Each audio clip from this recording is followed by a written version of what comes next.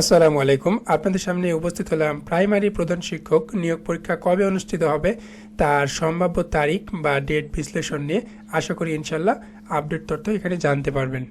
আপনারা যারা নতুন এবং প্রাইমারি প্রধান শিক্ষক নিয়োগ পরীক্ষার আপডেট তথ্য এবং অফিসিয়াল ডেট সহ বাংলাদেশের অন্যান্য চাকরির বিস্তারিত তথ্য জানতে চান, তারা আমাদের চ্যানেলটি সাবস্ক্রাইব করে বেল আইকন অন করে রাখবেন। আপনারা সকলেই জানেন যে এই প্রাইমারি প্রধান শিক্ষক নিয়োগ পরীক্ষা কিন্তু অনুষ্ঠিত হওয়ার যে কয়েকটা ডেট ছিল সেটা হচ্ছে আপনার 19 ডিসেম্বর, অর্থাৎ 25 সালের 19 ডিসেম্বর। তারপরে সেই রুমার বলেন বা গুজব বলেন, সেখান থেকে কিন্তু একটা স্ট্রং অপরচুনিটি ছিল কিন্তু আপনার নির্বাচনের পর, অর্থাৎ নির্বাচনের পর অনুষ্ঠিত হবে।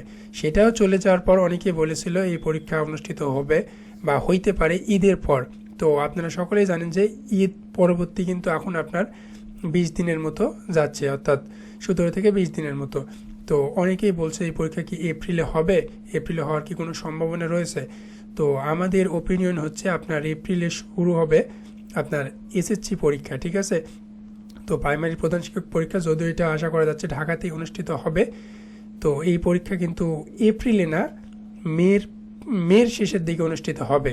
কেননা এপ্রিলে এসএসসি পরীক্ষা অনুষ্ঠিত হবে, সেখানে চাকরি পরীক্ষা যে নেওয়া যাবে না সেটা নয়, কিন্তু সম্ভাব্যভাবে কিন্তু এপ্রিলের মধ্যে বা এপ্রিলের শেষে অনুষ্ঠিত হবার কোনো সংখ্যা নেই। তো এই মুহূর্তে আপনাদের করণীয় কী, অর্থাৎ প্রার্থীদের করণীয় কী?